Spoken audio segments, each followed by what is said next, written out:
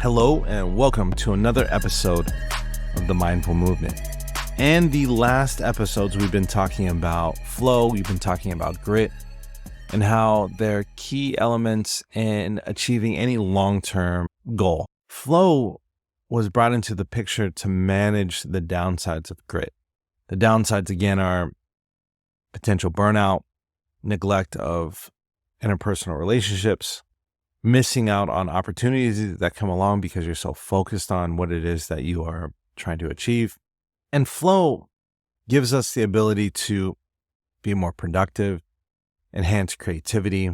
There are, an increased sense of happiness and fulfillment. So those are all good things. There's a study that was done on flow. Maybe I'll find it if I can remember where I found the study that stated that people in flow states are up to 5 times more productive. So imagine working 5 hours, of your 8-hour day, or imagine working 1 hour with the same amount of productivity and technically only working 4 hours a day. It's insane to think about. And I think those who struggle with time, if it's possible, look at how flow can create more time. So what do we need to do? I think the first thing is to understand what it is, what it can give us. And I think we've talked about it enough. Definitely if you haven't seen the last episode, go check it out. But if you can be more productive with the time that you have more time to do other things with. And that can be not being productive, resting. It can be a number of things. It could be doing things that you have to do no matter what. And if you can be more productive and have an increased sense of happiness, fulfillment, and productivity, why not try it? So in flow, there's a magic mix of ingredients when you are setting out on a task or a goal. Vague goals are hard to achieve. Number one, I don't know how many times in my professional life a goal has been stated, but there's no real clear definition on how to measure it. Or there is an experiment, like an A/B test, but there's no criteria on how to define whether either one of them won. And if you look at it, it's actually very common to set unclear goals. I want to be happy. I want to be happier. Well, where in your life do you want to be happier? What is it that you want out of life? So when you're setting up these goals, you need to really be specific. And then that can help you set benchmarks, measurable benchmarks. Let's say, again, for me, my goal with this channel is to make at least one video a week. If I just said, I just want to make more videos, well, that's going to get lost in the ether. Again, set clear goals, and it has to be measurable. You have to have pass or fail criteria on it. Going back to the video a week, I know that I either passed or I achieved that goal, or I'm failing at the goal by simply asking, did I create a video a week and publish it so that people can watch it? And that's a very yes or no question. The next thing after clear goals is where the magic exists within flow, is finding your challenge skill balance. And what that means is that in flow, when challenges are matched with skill level, which means not too easy, not too boring, but not too hard or anxiety inducing, it can allow you to get in the mental state of this relaxed, assertive drive. Again, it's relaxed. It's not pressured. You're just relaxing into doing something with intention. So what can an example be? The last thing that comes to mind, or the first thing comes to mind, which is the last thing that I can remember, is I recently went to a work, like an on-site, and one of the days after the day's session, all of us went out to an arcade. And I remember seeing Guitar Hero. If I went on expert or hard, I would not be enjoying myself. in that game. The key to flow is finding the skill level that you can operate in successfully, but still be challenging. And if you can do that and practice at that, then you'll notice the ability to flow because there is a challenge that you want to do. You're connected with that challenge and it's achievable. Again, if it's too easy, imagine playing Guitar Hero on the easy mode. It's no longer fun. The excitement, the quality of it, the experience is diminished because there's something about being perfectly matched with your skill set that makes the experience all more enjoyable. That norepinephrine, the adrenaline, some of the dopamine actually gets activated in flow, which continues you on your path with that drive. So definitely try to bite off pieces of work that match the skill level. In other practical ways you can do this, let's say you have a lot of work. This is where you may need some creativity and maybe some patience to step back and just see how you can actually do your work in a way that you can break it up or batch it so that it doesn't seem too overwhelming. You may have a large project ahead of you that's going to span months. What are some things you can do that you can achieve or knock off the list one by one? The next thing is minimize distractions. And there are some things when you're setting up in a flow session. If you think about yoga, they make you keep your phone in the lobby area or wherever you put your stuff. And then you go and it's just you and the activity, you and your flow. Imagine surfing and the person who's intently focused on, all of the things that need to happen while they're surfing. And then they decide that they want to check their watch because they got a text message. If the task at hand is very demanding and their skill level is there might not be room to focus on anything else. And if that distraction is big enough, that could throw you off your wave. Social media, and I'll tell you, I use an app. There's tons of them out there. The one I use is Opal, especially on my phone. And during work hours, I have it set up to where I don't get notifications. I can't use social media. If I need to, I have to wait like 30 seconds before I can actually get into the app. And then it makes me ponder on, do I really need to use it right now? And that, minimizing the distractions and, it could be using noise canceling headphones. It could be turning off notifications. If you have a Mac, using focus mode. If you have another computer, using something similar to that. There's tons of apps you can get out there that will help you minimize distractions. The next thing that you can do is really practice. Again, I've stressed this before, but I'm going to mention it again. And maybe we'll go into more of the how, but mindfulness and presence. There's a very easy way of really focusing your mind or centering your mind. If you don't have enough discipline over your mind, it's going to be hard to focus. And it's really important. I think it's one of the keys to flow, aside from matching your skill set to the task, is practicing mindfulness and presence. And if you were to, and a lot of people think, oh, wow, I can't meditate. I always get lost in my thoughts. I can't stop my thoughts. It's not necessarily meditation in that sense, but it's a complete awareness of something. And there are things you can do. There's practices you can do in your day-to-day life that will help you with being completely aware of something, whatever it is. One of these practices you can do is just literally a body check-in or a present moment check-in. And if you want, we could do one right now. So if you're ready and you're listening and you're in a place where you can do so, that you feel comfortable, go ahead and just close your eyes. And while they're closed, I want you to feel the ground or the chair, whatever it is you're sitting on or that's supporting you. I want you to feel that. Next, just feel the air. Don't forget about the ground or what's supporting you, but also now feel the air around your body. It's on your face.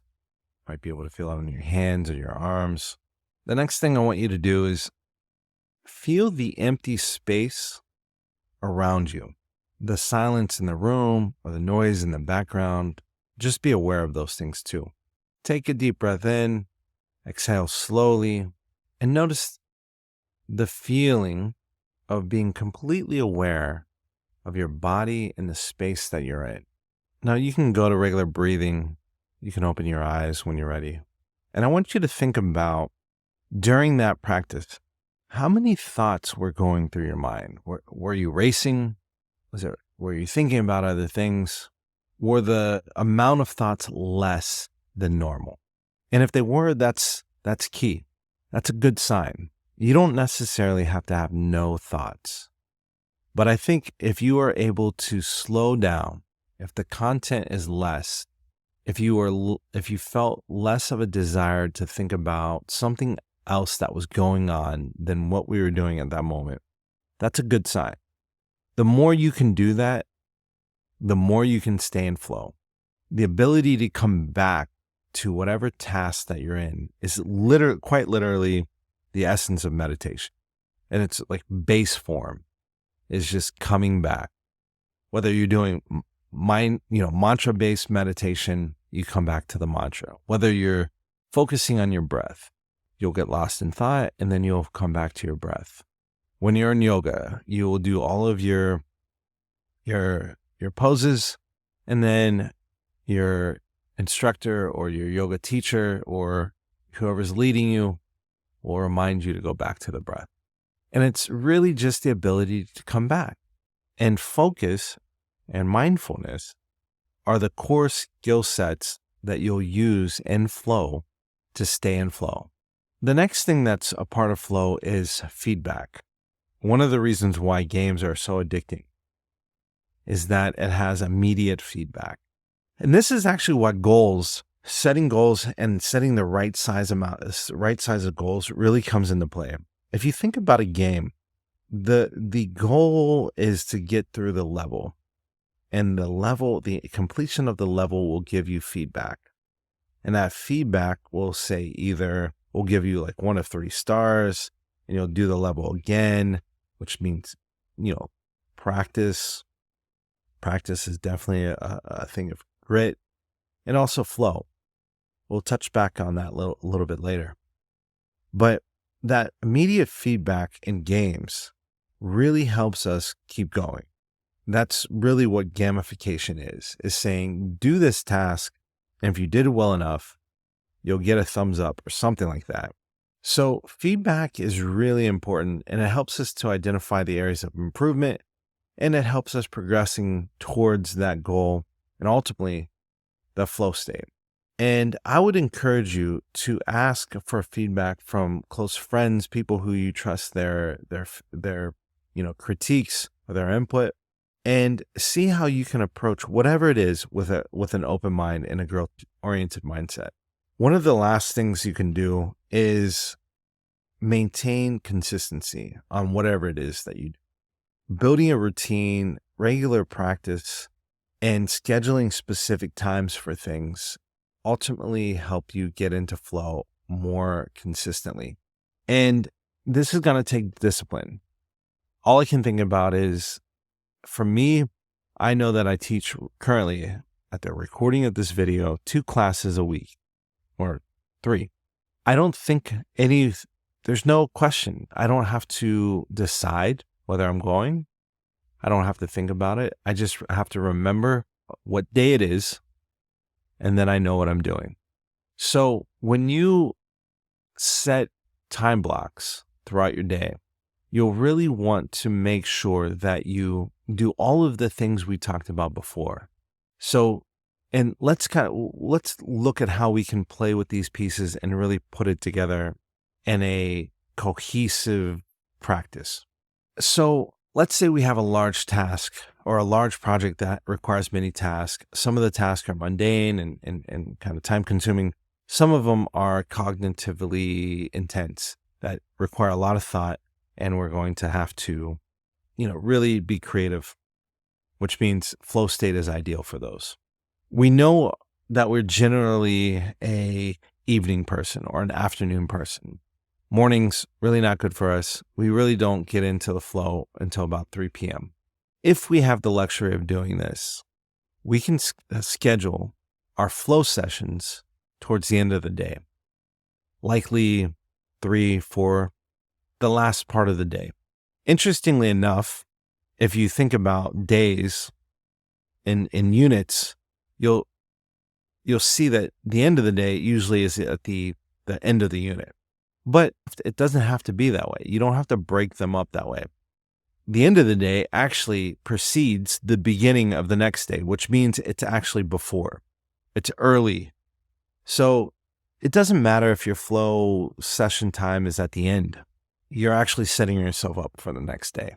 So now you've identified a period of time when you can actually flow. So what are you going to do? The more creative tasks, the more mindful things that you need to do, save those things for that time.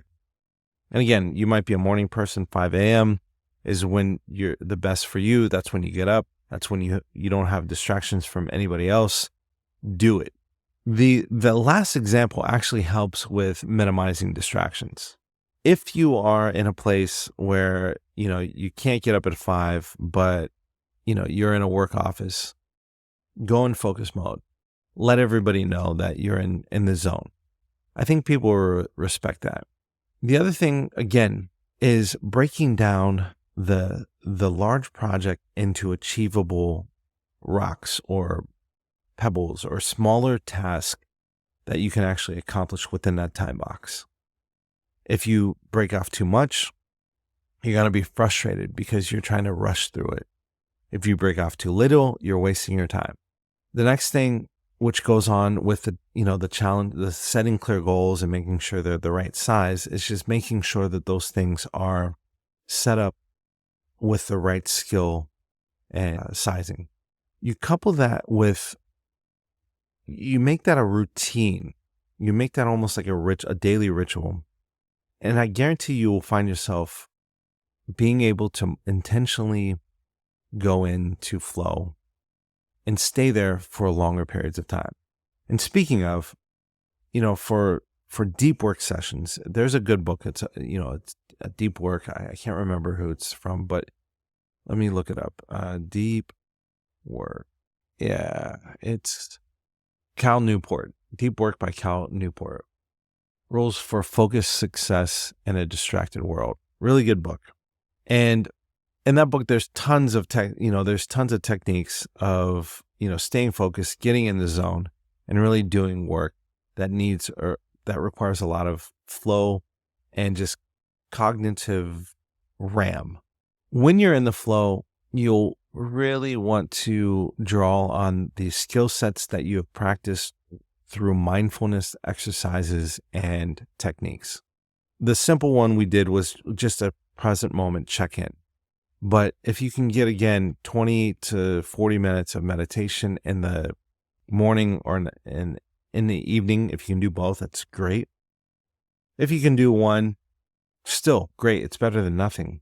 Even if it's just focusing on your breath a few minutes before you go into that session, that will definitely help you. Try going into time blocking an hour wherever you feel is the best time of the day for you. Turn on some music, some focused music. There's tons of things like lo-fi playlists that you can find on Spotify or Apple Music. Do a short guided meditation on focus, or do your own ritual for breathing and really centering yourself into the moment. Go into that time box, that hour time box, with a list of things that you need to do, or just one task that's going to take up that amount of time. Turn off all notifications and just jump in. Just jump in. There's some other things that I think a lot of us struggle with is trying to is second guessing ourselves when we're in flow. And I think that if you practice the mindfulness and the awareness of yourself, and if you notice that, acknowledge it and then push it aside, just like in meditation. And again, for me, it takes about 6 minutes to really get into a good state of like a good meditative state. I know that. So I know that for that first 6 minutes, I'm going to be compassionate with myself. I'm going to allow myself to just kind of struggle with getting my mind settled or my thoughts settled. And then after that, it's fine. I notice that I'll be fine. So pay attention to what it takes for you to get into a state where you're calm and you're focused. And maybe allow yourself that time, even in that hour. Be compassionate with yourself. And then again, whenever you're not in flow state or when you're not trying to get something done, go back and exercise those muscles of mindfulness and focus by just trying to meditate. And if you can do 20 minutes a day, 10 minutes in the morning and 10 minutes at night, or 40 minutes a day, 20 minutes in the morning and 20 minutes at night, you're going to see those benefits hands down. So consistency and maintenance will help you with motivation. You need to set a routine, and the routine should be achievable in itself. Otherwise, it's not going to happen. So try to avoid radical shifts. Add some of these ingredients. Maybe if you can't get into flow state, just add some of these concepts into your life.